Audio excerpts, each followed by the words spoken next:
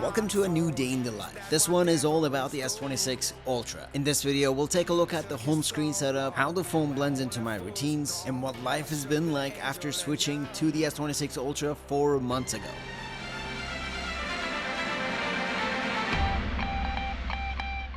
Today I'll be at the Canadian men's national soccer team rally. The city will be sending the team off to the World Cup, so I thought I'd bring you guys along. Enjoy the episode.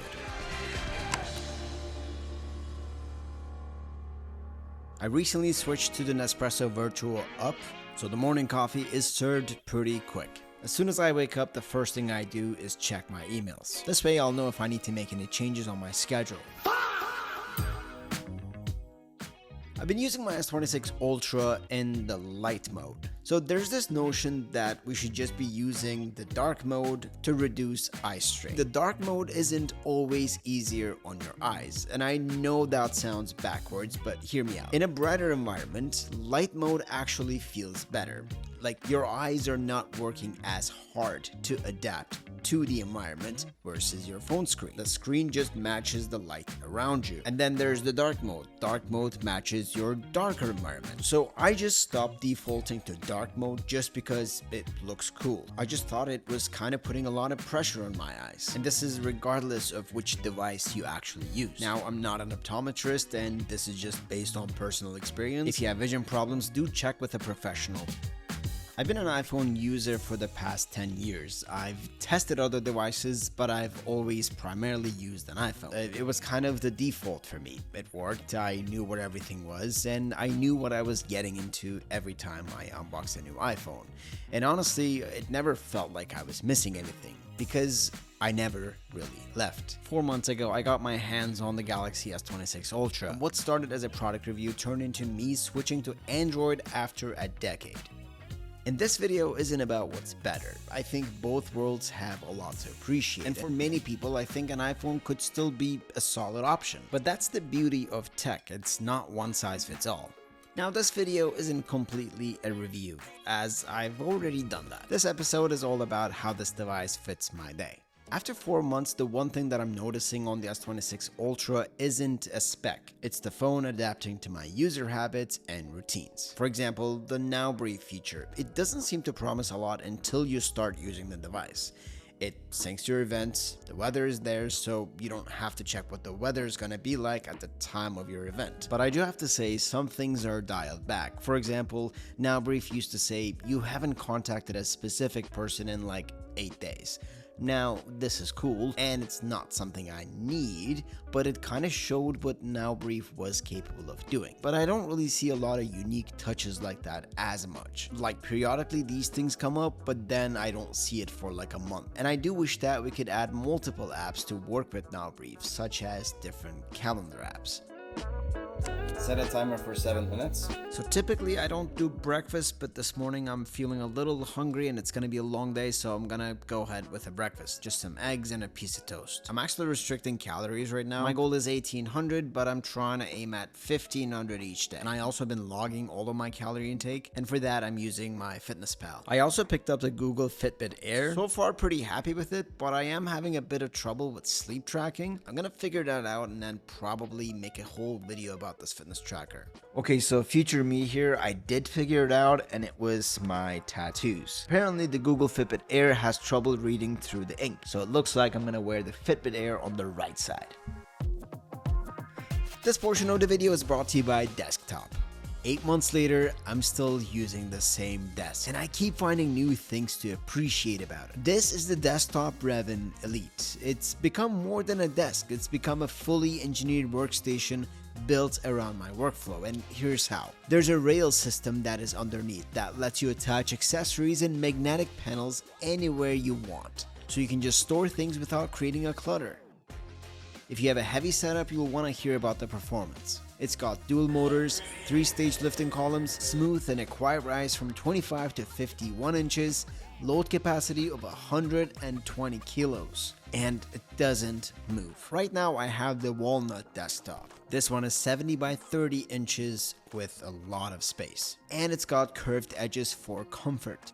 Listen, when I moved recently, I got rid of a lot of things, but this desk came with me, and over the past 8 months, with a move, it has held up pretty nicely.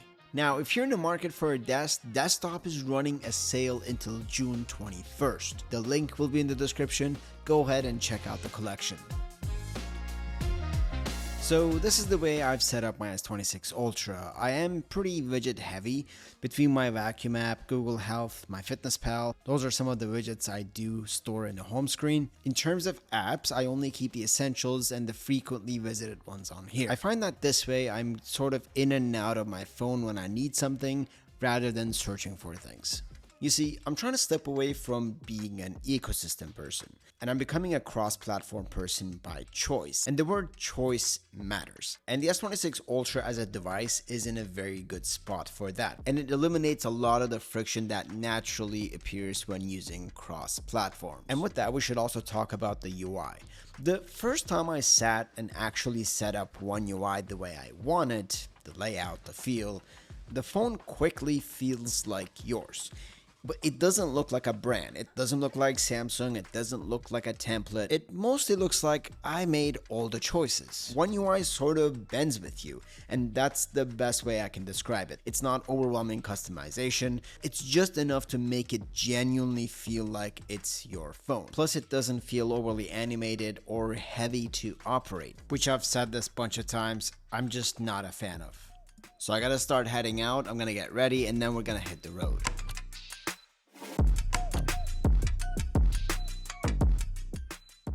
Okay, I gotta show you the fit for today. So I'm gonna rock the T90s today.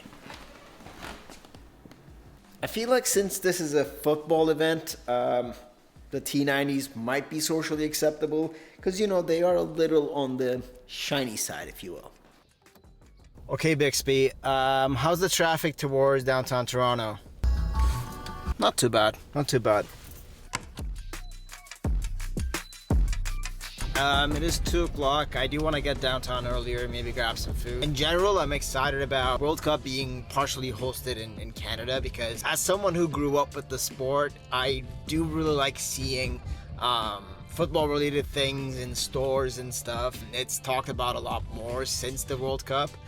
So I do like that. I still play the sport and I grew up with it. But I also know that as soon as the World Cup is done, people are gonna start calling it soccer and not football anymore, and the whole hype is gonna die. We're just gonna go back to our old ways, which I hope that, you know, interesting stuff happens during this World Cup, and we, as North Americans, as Canadians, we adopt the sport even more. I hope that happens, and I hope Canada goes really far, because that'll be the start of that for the country.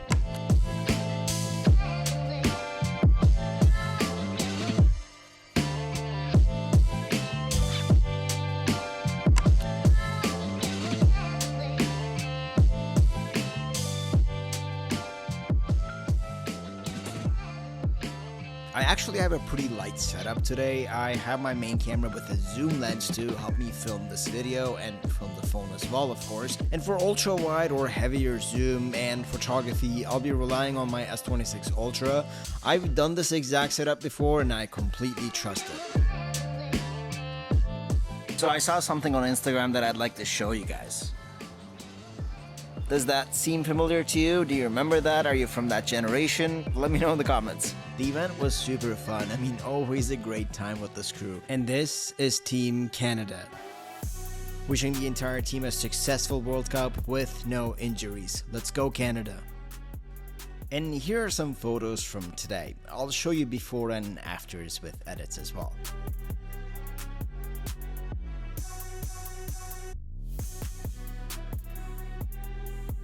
Now you're seeing some video clips shot on the S26 Ultra, color graded same professional way as my cinema camera. Something you may already know about me is that I don't like carrying a lot of equipment, so I don't typically have a backpack with me. My setup is always extremely minimal. A small camera and a phone does the trick for me.